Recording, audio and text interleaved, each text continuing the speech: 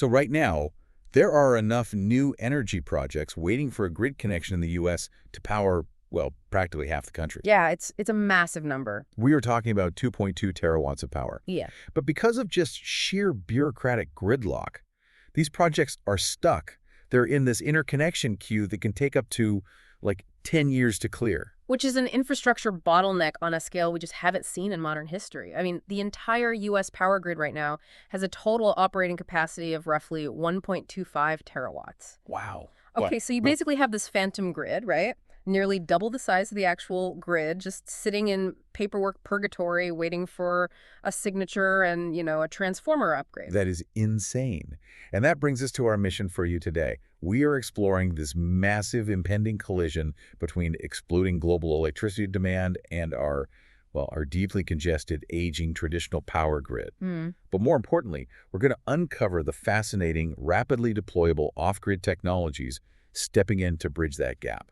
Because, frankly, waiting 7 to 10 years for a utility hookup is just no longer a viable financial option in the modern economy. Businesses they're actively seeking workarounds to just keep their operations moving. Right. And to guide you through how this is happening, we've got an incredible stack of sources for this deep dive.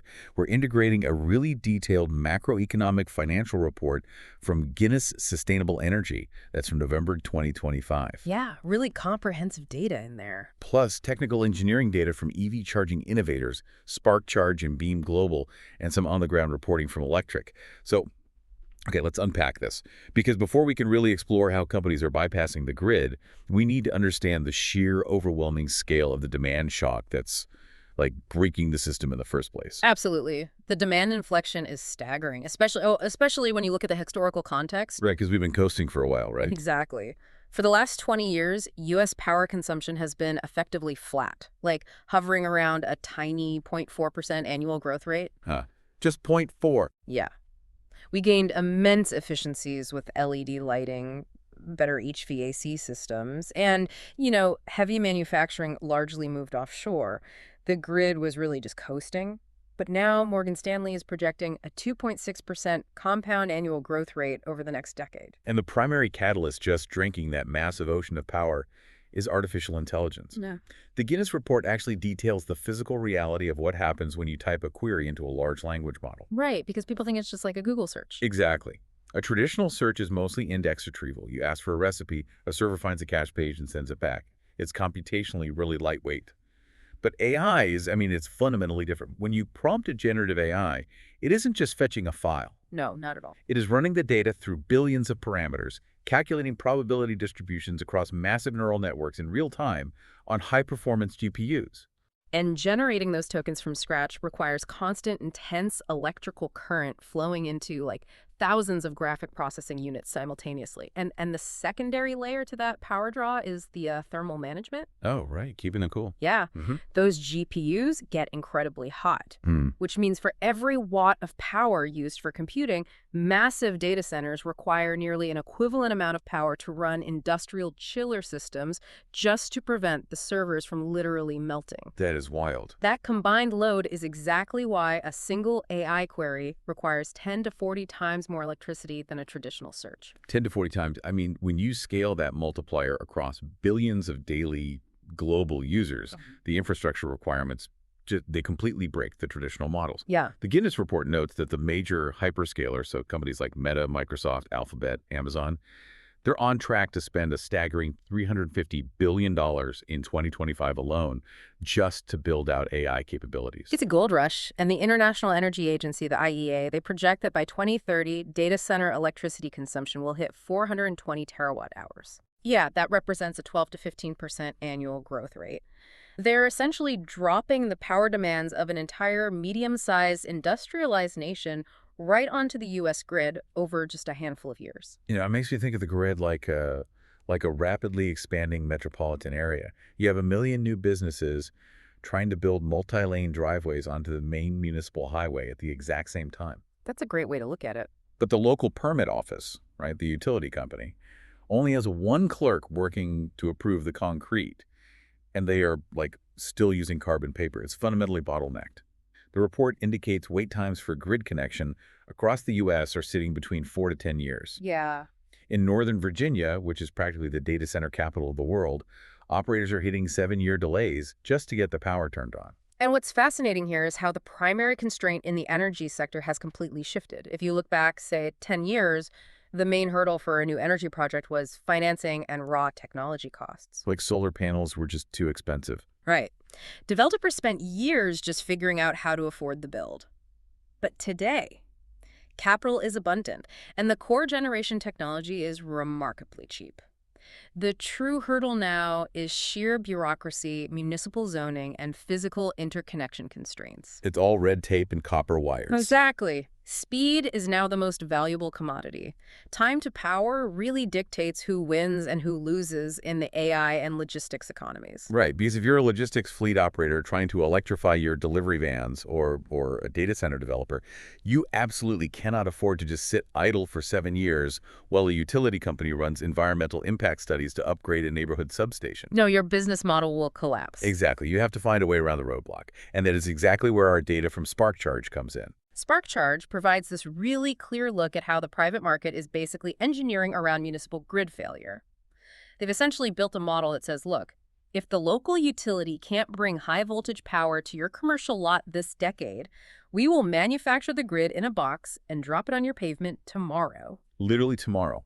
And they just unveiled the Roadie V3, it's a massive leap in engineering from their earlier iterations.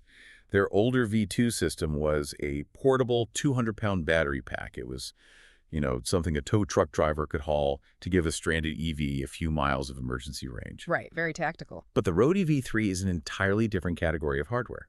The core battery pack weighs an immense 1,600 pounds, housing a 75 kilowatt-hour battery capacity. And, the physical weight of that unit tells a real story about the physics of fast charging. The Roadie V3 boasts a 90 kilowatt output, which operators can actually upgrade to 125 kilowatts. That's a lot of juice. It is. Pushing that volume of electricity out of a battery in roughly 45 minutes generates an extreme amount of heat due to electrical resistance. You just can't run that through standard copper wires. So that's where the weight comes from. Yes, exactly. The 1,600 pounds isn't just the lithium-ion cells. It's the heavy-duty liquid cooling systems, the thermal management hardware, and the really thick specialized cabling required to push 125 kilowatts safely without inducing a thermal runaway event. So they leveraged that heavy-duty architecture into a product called the Roadie V3 Hybrid. It functions as a semi-permanent DC fast charging station capable of delivering 250 miles of range per charge. And because it operates independently of a high-voltage grid connection, the installation process requires absolutely zero trenching. Not at all. You don't have to hire civil engineers to rip up concrete, lay specialized conduit, and wait for city inspectors. They can literally deploy a functional fast charging station in under 48 hours. And when you look at the economics of avoiding civil construction, the cost disparity is immense. SparkCharge's internal data highlights the scenario playing out across the automotive sector right now. Ford recently mandated that its dealerships install grid-tied DC fast chargers to maintain their EV certification. Yeah, I read about that. Because those chargers require massive, dedicated high-voltage lines, the estimated cost for a single dealership to complete the utility upgrade, the trenching, and the installation, it's hovering around $900,000. That is unbelievable. Nearly $1 million just to prepare the physical ground before you even sell the electricity. Yeah, it just destroys the return on investment for small operators. But by circumventing the civil engineering and utility delays entirely, the SparkCharge system costs a fraction of that, typically sub-$100,000. It dramatically alters the financial calculus for companies like, say, FedEx or DHL attempting to electrify a regional depot. And they've structured this into a charging-as-a-service model, or CALS. A commercial operator doesn't even purchase the massive hardware. SparkCharge deploys it, handles the maintenance, and the operator just pays a contracted rate for the energy consumed. They are rolling out these massive power hubs with 5+ megawatt outputs connected to battery energy storage systems holding over 1,000 kilowatt hours of capacity, all deployed in just 7 days. It's a total game changer. But wait, let's pause on the physics for a second here because, so how do these magical battery-powered fast charging stations get charged in the first place. I mean, it violates the law of conservation of energy if it just magically charges cars without drawing power from somewhere. Huh, right, no magic involved. It's the critical logistical hurdle for off-grid power, and Spark Charge tackles it through two distinct mechanisms. For sites that are genuinely completely disconnected, say, like a remote construction site, they utilize a mobile charging network called Currently. Okay, so they drive the power in. Exactly. They dispatch a fleet of vans equipped with their own massive batteries to physically swap or replenish the on-site units. But the far more elegant solution, and the one that actually addresses our macroeconomic grid problem, is their hybrid approach. These massive storage units can actually be plugged into standard low-voltage electrical outlets. Really? So they use a standard wall plug to power a DC fast charger. Essentially, yes. They draw a very small, continuous trickle of power from the local grid during off-peak hours, usually overnight when regional demand is at its lowest. They store that slow trickle in the massive battery bank. Then, when a fleet of commercial vans arrives at, like, 4 p.m. and demands massive immediate bursts of high-voltage power, the battery bank discharges into the vehicles. Okay, that makes so much sense. It's like filling a massive municipal water tower using just a garden hose overnight. The hose runs constantly, slowly filling the reservoir. Then, when the entire town turns on their taps in the morning, you open the floodgates from the tower to meet the massive demand spike without ever needing to increase the flow from the original garden hose. That is a perfect analogy. That peak shaving mechanism is an absolute lifeline for utilities. It flattens the consumption curve. By buffering the energy, it completely eliminates the massive sudden demand spikes that cause transformers to overheat and blow. The utility avoids spending millions upgrading the neighborhood substation, and the commercial operator gets their fast charging power immediately. See, the garden hose method works brilliantly if you have an industrial logistics lot for a 1,600-pound battery bank. Yeah. But if you're a city planner staring at a dense urban grid in Greater Boston, you cannot drop a megawatt hub onto a crowded residential sidewalk. You need a solution that is entirely decentralized and doesn't require even a trickle connection. Right. Urban environments present one of the most stubborn hurdles in the entire energy transition, the garageless city dweller. If you live on the fourth floor of a pre-war apartment building, you cannot just run an extension cord down to the street. You are entirely dependent on municipal infrastructure. And this is where the on-the-ground reporting from Electrek regarding Beam Global provides a really fascinating counterpoint. There is a pilot program running right now in Greater Boston, orchestrated by the Metropolitan Area Planning Council. They're pairing Zipcar's electric vehicle fleet directly with Beam Global's EV ARC charging systems, specifically targeting underserved communities and local housing authorities. Yeah, and the engineering behind the EV ARC tackles the urban density problem through complete self-reliance. Unlike the spark charge units that act as a buffer for the existing grid, the EV ARC generates its own electrons. It is 100% off-grid and solar-powered. It essentially functions like a giant, highly engineered solar umbrella for the vehicle. The top canopy houses a 4.3 kilowatt solar array. That canopy feeds down into a steel base pad that stores up to 40 kilowatt hours of battery capacity. And the physical footprint solves the urban density issue perfectly. It fits exactly inside the dimensions of a single standard parking space. The vehicle simply parks on top of the steel base pad. Which means a crowded municipal housing authority doesn't lose a single parking spot to install it. Furthermore, because there is zero grid connection, there are no municipal electrical permits, no trenching through sidewalks, and this is huge. No monthly utility bills to the city. Wow. A forklift literally just drops it onto the asphalt. And from a resilience standpoint, because it creates its own microgrid, it continues to power vehicles even during a regional blackout. But the real genius to me is how they engineer for extreme weather.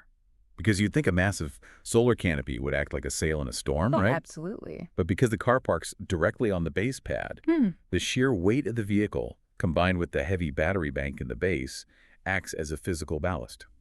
It is flood-proof up to 9.5 feet and wind-rated to withstand 160-mile-per-hour hurricane forces. That's incredibly robust, and Yeah. the math behind the daily energy generation is where the Zipcar partnership makes perfect sense. A 4.3 kilowatt solar array is relatively small, but you have to factor in urban driving habits. Right. Electric breaks down that data beautifully. The U.S. Department of Transportation notes that the average household vehicle is parked 95% of its life. Zipcar's data for their Boston EV fleet shows a median trip distance of only 25.5 miles. So these vehicles are basically making short urban hops and then sitting underneath this solar canopy for hours at a time. Exactly. Factoring in Boston's average solar insolation, the EVARC generates enough power to supply up to 265 electric miles per day. The daily generation perfectly blankets the use case of short-trip car sharing. The canopy trickles energy into the battery pad, and the pad pushes it into the car while it just sits idle. And if we connect this to the bigger picture, the deployment of this technology is a massive socioeconomic lever. Historically, municipal grid upgrades in historically redlined or underserved communities are the last to receive infrastructure funding and the slowest to be completed. Those communities are often trapped waiting on a decade-long utility master plan.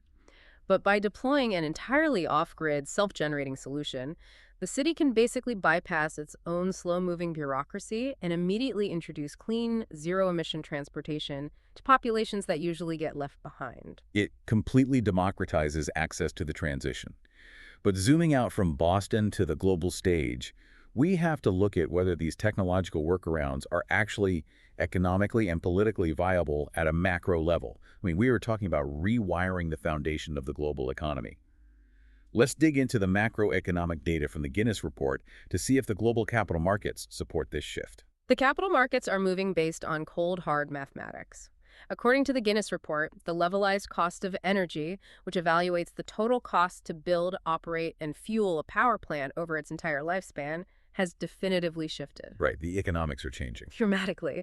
New utility-scale solar projects coupled with battery storage are currently coming in at $35 to $75 per megawatt hour. Which is incredibly low because the LCOE for the legacy generation sources is significantly higher now. New combined cycle natural gas facilities are sitting between $85 and $115 per megawatt hour. And small modular nuclear reactors, which dominate a lot of the tech headlines, are currently projecting out as the most expensive option, landing between $130 and $150 per megawatt hour. The sheer gravity of those economics is what is forcing the transition globally. And you see that gravity reflected in the deployment milestones. In the first half of 2025, renewables generated 34.3% of the global electricity mix, officially overtaking coal, which dropped to 33.1% for the first time in history. That's a huge milestone. It really is. Yeah. Global investment in new renewable generation hit a record $386 billion in just a 6-month window. Yet, despite those solar and wind numbers, the report extensively details a massive renaissance in nuclear power. We just saw the U.S. government finalize an $80 billion agreement with Westinghouse to deploy new reactors. And Google and NextEra are pouring capital into restarting the retired Duane Arnold nuclear plant in Iowa, specifically to feed Google's AI data centers. If solar and batteries are so cheap, why are the tech giants pivoting back to nuclear? It comes back to the compute intensity of AI we discussed earlier. Data centers require 247 uninterrupted baseload power. Intermittent renewables like solar and wind have variability. They drop off at night or during still weather. Right. And while battery buffers are excellent for peak shaving a few hours of demand, they currently cannot sustain a gigawatt data center through a multi-day weather event. Nuclear provides that massive, carbon-free, always-on baseload that AI requires to continuously process those billions of parameters. Okay, here's where it gets really interesting. The political landscape. When you look at the macro environment, politics appears to be the ultimate wild card. Does a sharp shift in political administration actually derail the momentum of this transition, or do the capital markets just price it in as noise? Well, to understand the market reaction, we have to look objectively at the mechanisms of the newly passed U.S. legislation, which the Trump administration has titled the One Big Beautiful Bill. Okay. To report purely on the financial facts of the legislation, it pulls back on consumer-side demand incentives. It explicitly eliminates the tax credits for individuals purchasing electric vehicles, and it removes the tax credits for residential rooftop solar installations. So a definitive contraction on consumer subsidies. Where does the capital pivot? The nuance of the bill is that it deeply heavily subsidizes the supply side. It extends the manufacturing tax credits for corporations building batteries and solar components domestically on U.S. soil, locking those incentives in through 2032. Oh, I see. Yeah, it effectively pivots the federal money away from the citizen buying the EV and hands it to the factory producing the raw battery cells. The reaction from the financial markets in the Guinness report is really telling. You would think stripping consumer credits would crash the market, but the capital flowed anyway. It flowed because uncertainty is the absolute enemy of capital deployment. When infrastructure developers don't know what the federal tax code will look like next quarter, they freeze billions of dollars in project funding. By finalizing the bill, even with the shift away from consumer subsidies, the administration removed the uncertainty. Developers now know the rules of the game until 2032. Ah, so they can plan. Exactly. And because the raw levelized cost of energy for renewables remains fundamentally cheaper, developers are aggressively moving forward based on market economics rather than relying on consumer tax breaks. And the momentum extends well beyond the U.S. tax code.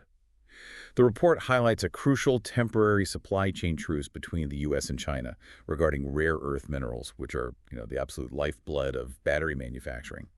Concurrently, China has initiated Wind Energy 2.0, committing to deploy an astonishing 120 gigawatts of new wind capacity annually. It's massive. Meanwhile, the European Union has unlocked a €1 trillion clean industrial deal to underwrite their own grid transition. The global machine is churning regardless of regional political fluctuations. The sheer physics of the demand curve, led by the industrialization of AI and global electrification, simply cannot be reversed at this point. The rigid, century-old model of generating power hundreds of miles away and pushing it through aging copper wires to a passive consumer is fracturing under the pressure. So what does this all mean for you? The core takeaway is that the demand for electricity is currently skyrocketing at a velocity. Our traditional centralized utility bureaucracy just cannot accommodate. But innovation is finding the bypass lane. Modular, decentralized technologies, whether it is SparkCharge rolling out a 1,600-pound battery to peak shave a logistics hub or Beam Global dropping a solar canopy onto a Boston parking space, they are allowing the economy to physically route around gridlock. They are generating and storing power precisely where it is consumed, the very moment it is needed. And this raises an important question about the long-term architecture of society. We are witnessing the very early stages of the grid inverting from a centralized monopoly into a highly decentralized, responsive network of microgeneration. Which leaves you with a final thought to ponder as we wrap up. If we extrapolate this trajectory out over the next 10 or 20 years, if homes begin universally generating and storing their own high-efficiency solar power, if commercial logistics rely on on-site megawatt battery hubs, and if everyday vehicles pull their daily range directly from localized solar canopies, what happens when we organically transition into a society of completely self-sustaining microgrids? Will the massive centralized utility company as we know it eventually become a relic of the past? Keep questioning the world around you, and we'll catch you on the next deep dive.